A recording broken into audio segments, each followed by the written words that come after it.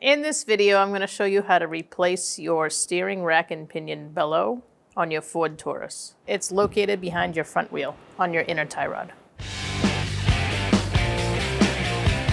Using a 19mm socket, we'll take off our lug nuts. Make sure you keep a hand on it for that last one. All right, so I like to mark my threads before doing anything with a tie rod, just so I have a frame of reference of where the nut was. So we're going to use a 21mm wrench, and we're going to undo our jam nut by pulling down. It looks like it's stuck to the inner tie rod, so we'll have to free that up. Once that's loose, take out our cotter pin. So you're going to use some wire cutters. Undo your cotter pin, and then hopefully it comes out in one piece. Might use a pick. Shake it around if your car's rusty like this. Rust typically doesn't like the shakes. I'm not cutting it off, I'm just pulling it out with these.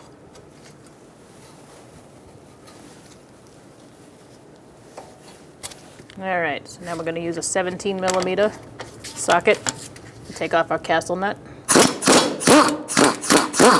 Okay, so now you want to whack it right here. Just don't hit your fingers on that, that would hurt. I have my nut on the bottom of the tie rod, so I can go like that if needed. Okay, so that's free, so we're going to take our nut off.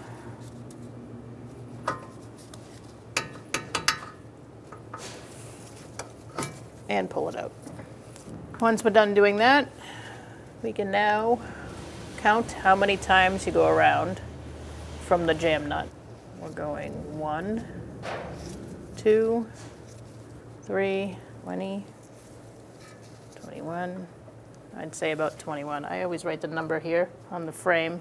We're going to use pliers of some sort and take this clamp off. So I'm going to use my 21mm socket and get this nut the rest of the way off. All right, so now we're going to go way down here, and we're going to get rid of this spring clamp holding our boot on the other end. I'm just jamming a flathead screwdriver in there to try to open it up. I use my punch now that I've opened it up, and just try to loosen it more. You can turn it to underneath the car. You can get a better view of it and maybe slide it off. I'm going to use my needle nose, extra long.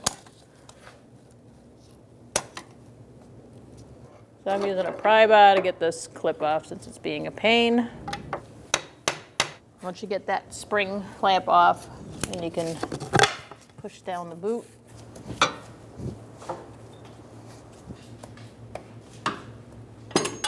Now we're going to pull this completely off.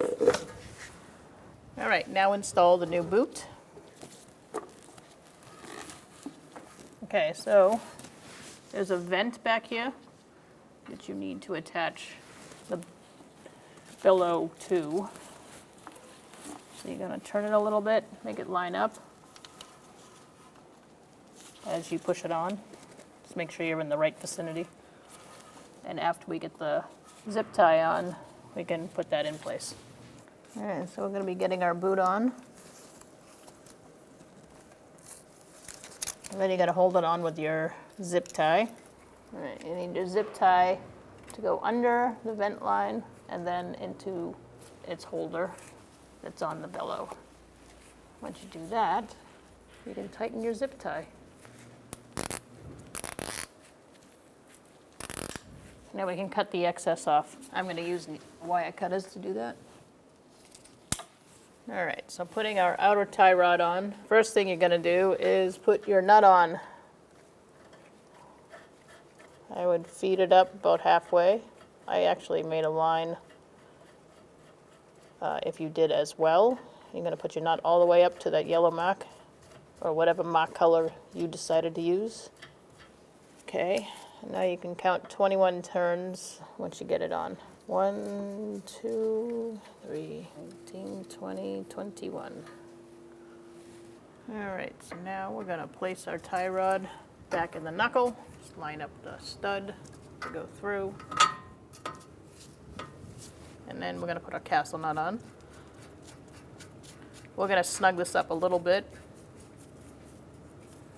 with our gun, and then we're gonna torque it.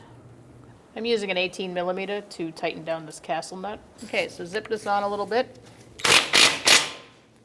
And once you get it snugged, we're gonna torque it to 41 foot-pounds.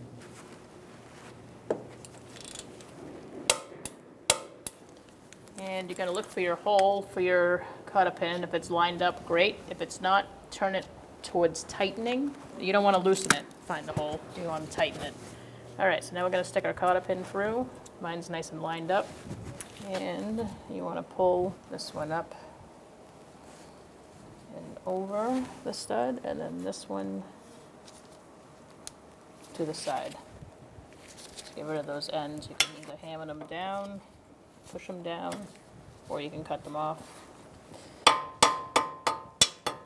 And that will keep that nut from falling off.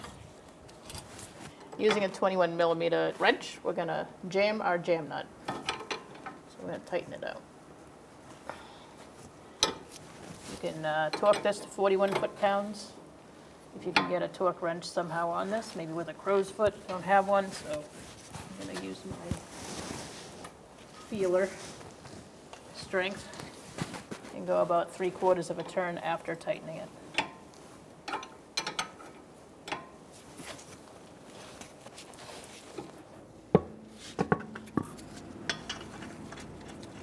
Make sure you put them on hand tight first, and you're gonna tighten them in a star-like pattern using a 19mm socket. I usually do the bottom one first and walk the wheel on.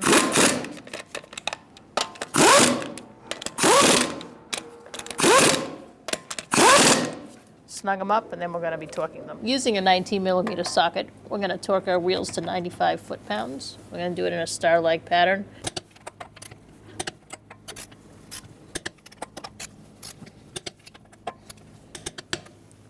I'm gonna check it one more time, go all the way around. Now you're gonna wanna take your vehicle down to your local alignment shop to get it aligned. When only the best will do, demand TRQ. The only company that lets you view before you do. TRQ is committed to offering the highest quality aftermarket auto parts that are engineered for peace of mind. Thanks for using and viewing with TRQ.